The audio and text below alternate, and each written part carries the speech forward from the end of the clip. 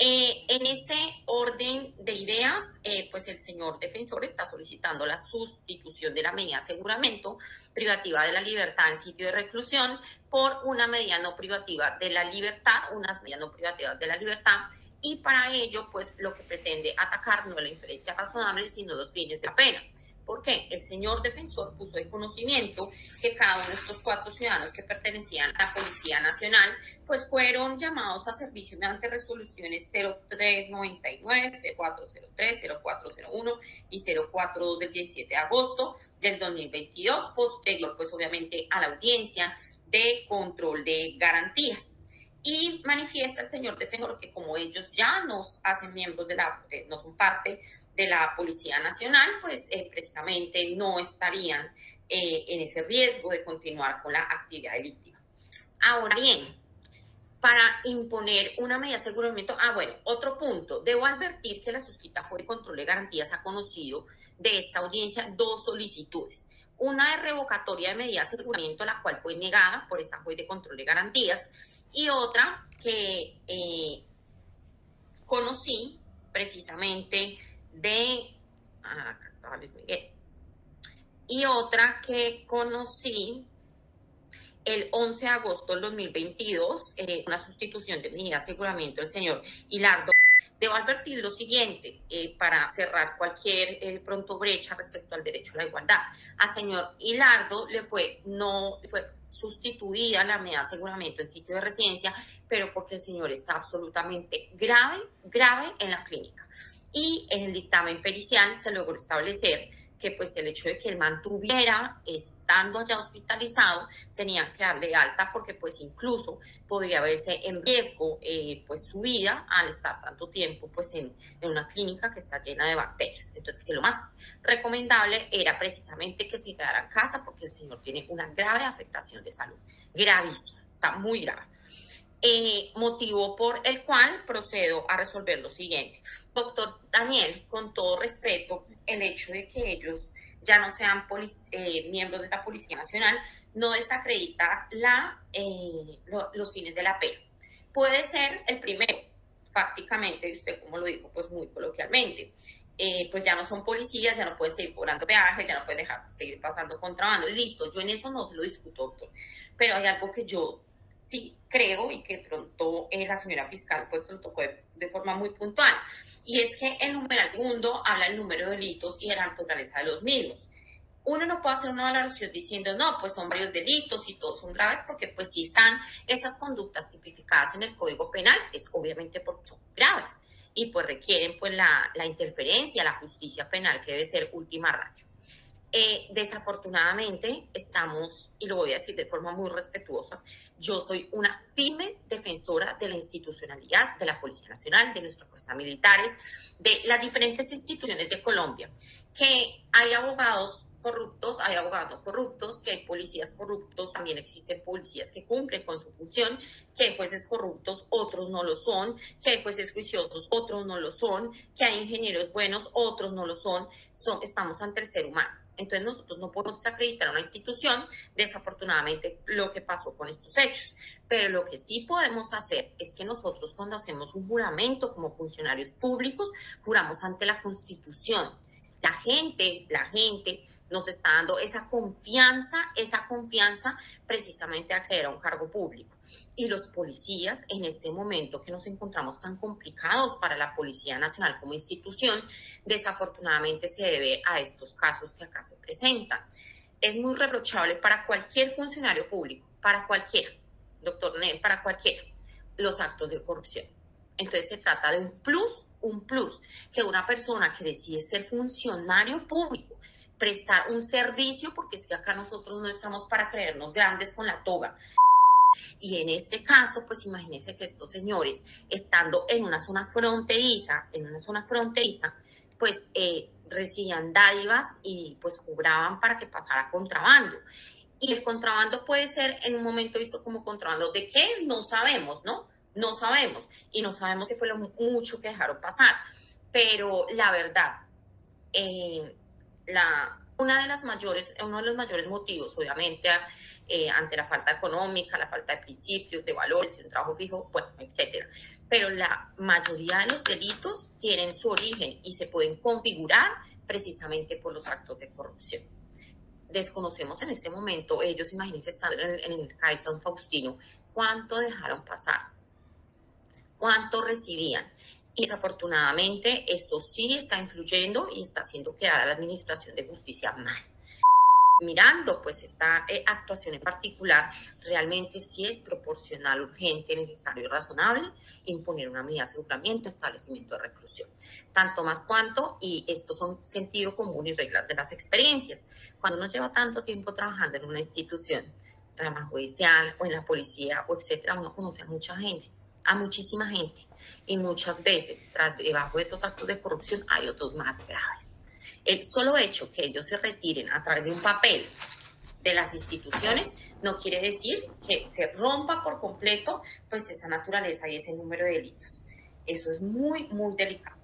Entonces, en ese orden de ideas, yo sí considero que sí sigue cumpliendo con ese fin de la pena y que unas personas que eran miembros de la Policía Nacional dedicados pues a la corrupción, porque es que así se lo entiende la gente, en pleno sector fronterizo, con el problema que tenemos ahorita con Venezuela, con los múltiples problemas que tenemos de empleo, etcétera, estas personas se les diga, ay, no, portesen bien, no vaya a ciertos lugares y simplemente pues no se comunique con ciertas personas que están dedicadas al cohecho, al contrabando. O sea, eso es absolutamente desproporcionado acorde con la gravedad de la modalidad de la conducta. Motivo por el cual pues considero que no se cumplen con los requisitos para sustituir esta medida de aseguramiento.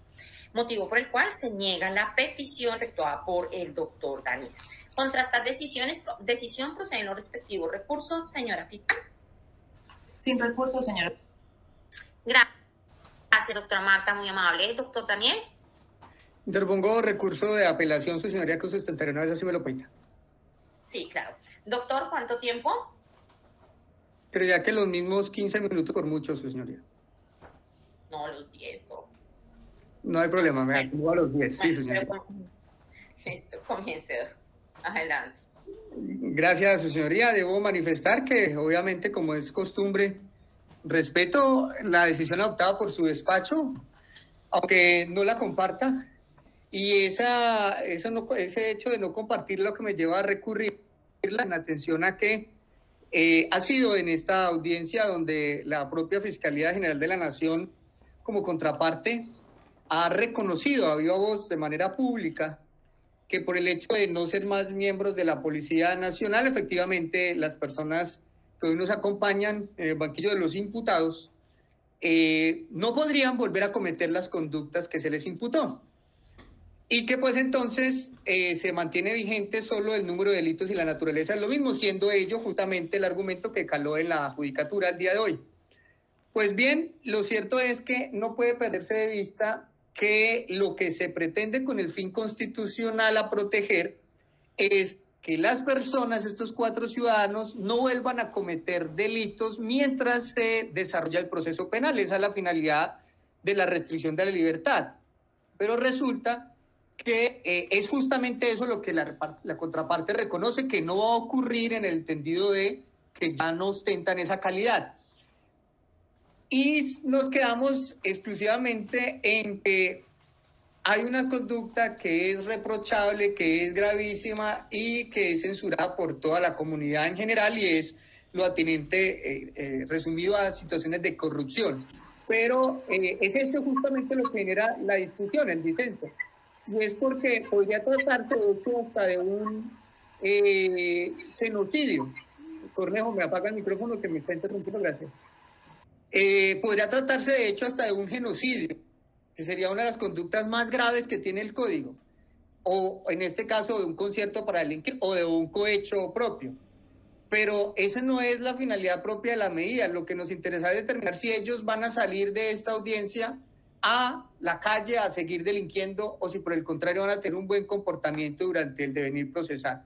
Por consiguiente, considero que la decisión de negar la sustitución solamente por esa gravedad de delitos basado en lo que sería un tema matemático de cuántas conductas están ahí sumadas, que podría ser incluso medio código, pues es una conducta que se torna contraria al alineamiento trazado por la Honorable Corte Interamericana de Derechos Humanos en la sentencia del caso López Álvarez versus Honduras, según la cual, abro comillas, la gravedad del delito que se imputa no es por sí mismo justificación suficiente de la prisión preventiva, porque la prisión preventiva es una medida cautelar y no punitiva, cierro comillas.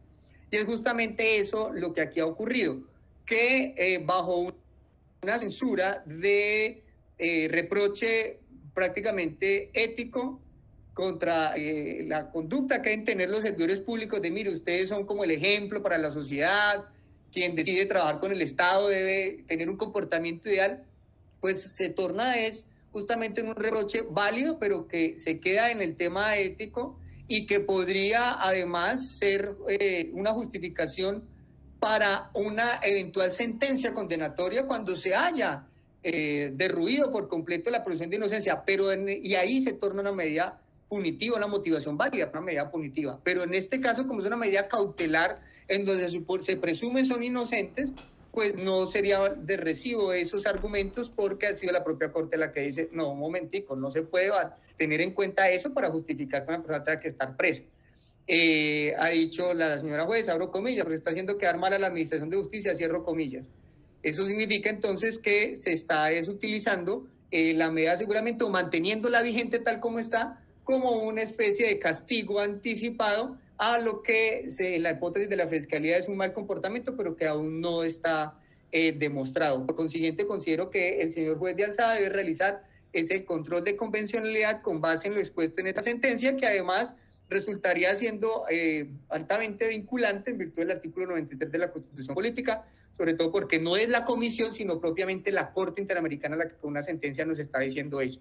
Además que ese control de convencionalidad debe hacerse también a la luz del caso Rosario Villavicencio versus Perú, del 14 de octubre del 2019, donde dice que el Estado pues debe procurar limitar las libertades de la persona que se ve inmersa en un proceso utilizando unas medidas menos lesivas.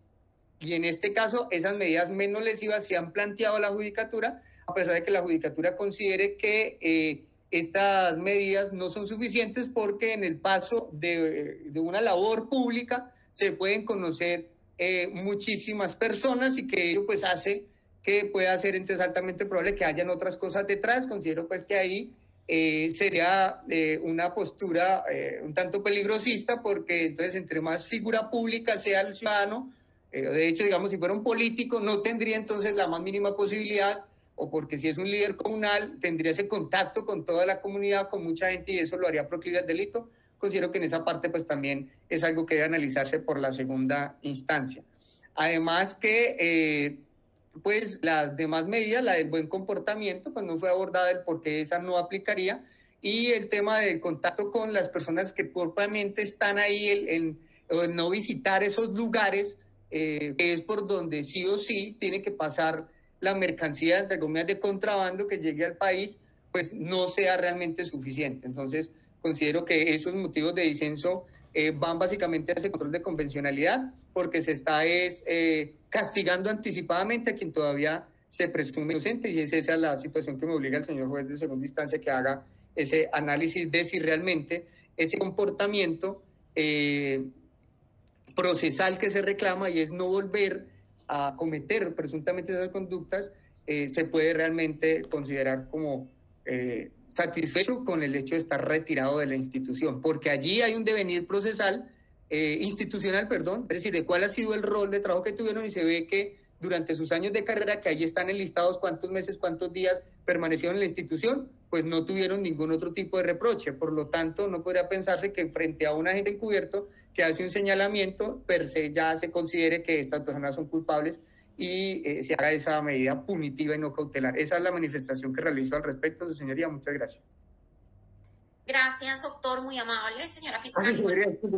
Qué pena con usted. Pues obviamente esto para concluir, que lo que se pide a la segunda instancia es que revoque la decisión adoptada y conceda la petición de sustituir por las medidas no privativas. Me falta lo más importante. Gracias. Adelante, doctora Marta.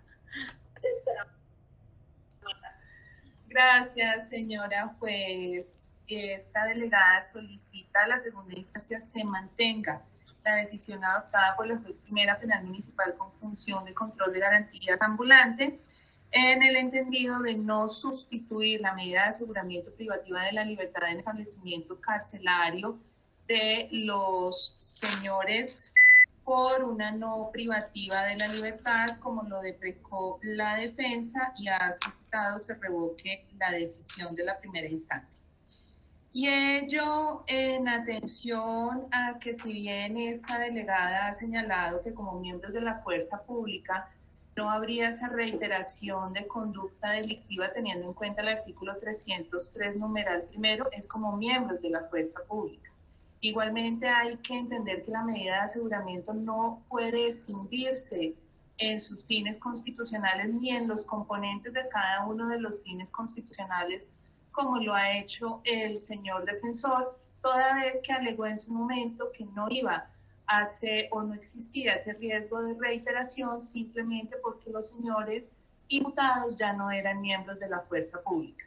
No puede desconocerse documentos que ha entregado la defensa y obviamente así lo ha señalado la señora juez, pero tampoco puede desconocerse todo el componente del peligro para la comunidad, que no se trata solamente del numeral primero del artículo 310, sino del numeral segundo del artículo 310, número de delitos y naturaleza de los mismos, que válidamente ha señalado la señora juez, no se han desvanecido como para poder establecer que en este momento procesal, pese a que ya no son miembros de la fuerza pública, puedan cumplir su medida de aseguramiento en libertad o más bien, perdón, con una medida no privativa de la libertad y con ciertas prohibiciones o restricciones.